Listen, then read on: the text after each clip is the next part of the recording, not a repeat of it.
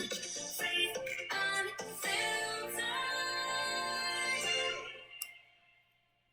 Hi, welcome back to Faith Unfiltered. I'm Michelle. I'm Mike.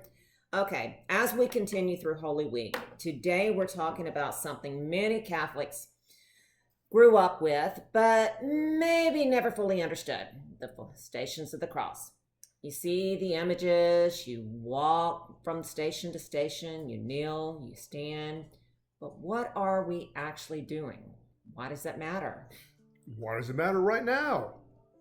What does it have to do with Holy Week? What are these stations? Okay, let's just start simple. What are the Stations of the Cross, Mike? Actually, let's start almost at the beginning. Back in the very early days of Christianity, earliest Christians would actually be there in Jerusalem and they could walk the exact same path that Jesus walked on his way to the crucifixion. Starting from Pontius Pilate's palace, say that 3 times quickly, going all the way up to the tomb. However, as Christianity grew and spread, it became less and less practical for Christians to actually go on pilgrimage and walk the walk. You can still do it today.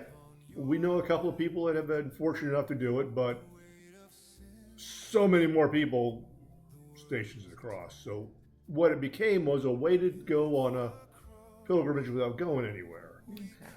So we're just not remembering it, we're entering into it. Yes, exactly. Okay. So you're just not a spectator. You're a participant. Oh, okay. So You can walk along with them, regardless of how short that walk is. If you're doing it inside a church, you may not actually walk anywhere. You may just spin around in the pew. There are some spots along the country where you can actually go on a nice little walk, and there's a fair distance in between stations, which is a very nice mini pilgrimage. so why do we focus so much on suffering, and why not just celebrate Easter and be done with it and move on? Well, you can't understand the resurrection, everything that comes with that redemption, unless you get what led up to it. If you understand what went on with the cross, we live today very much in a culture that avoids pain almost at all costs. But the crucifixion, that was Jesus reaching out and embracing suffering for our sakes. Wow.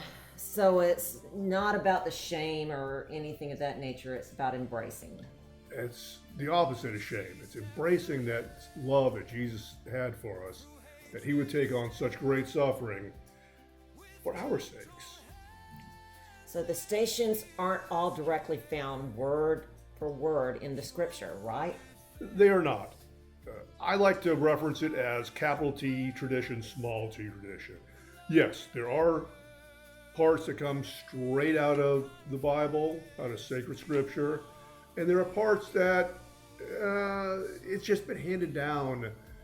The fact that a young lady named Veronica gave Jesus her veil to wipe his face. Veronica's veil is not in the Bible, but it gets you, doesn't it? You know, hell, here, I've got this for you. Here you go, young man. It's just such a sweet kindness amidst of all that ugliness. All right, so each station can feel human, and Jesus falls, and Simon helps him up, and he meets his mother. Wow, his mother. I feel for her, don't you? Yeah, you do. But that's a bit of the point, isn't it? It's connect with his mother, feeling that, watching her son fall.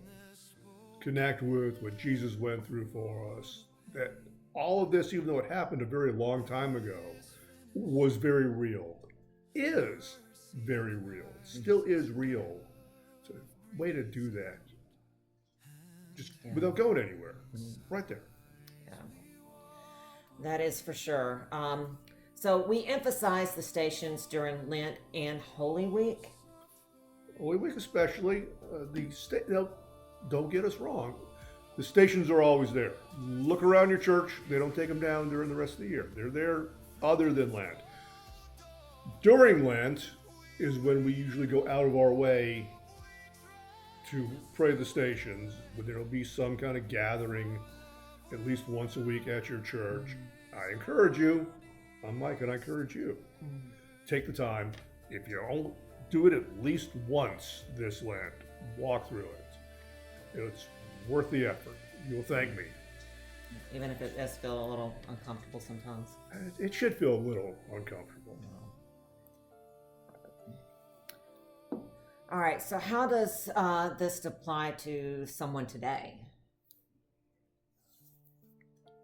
Well, suffering didn't end back in the first century AD. People still suffer today.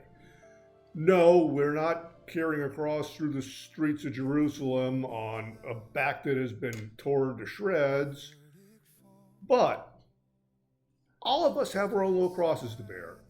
And no matter what it is, it's significant to the person that's bearing that cross. So whatever your problem is, it's important to you. And that means it's important. That means it's important to Jesus. Take the time, walk with him in the stations of the cross, because he will walk with you while you're carrying that cross. Oh, wow. That's pretty deep on there. All right. If this conversation has helped you understand the stations of the cross just even a little more deeply, we hope you'll like and subscribe to Faith Unfiltered. Hey, let me know if you want a deeper dive into something, if you want more Latin, if you want less Latin. Let me know what we can do for you. All right. And until then, thank you for watching Faith Faith Unfiltered. Unfiltered.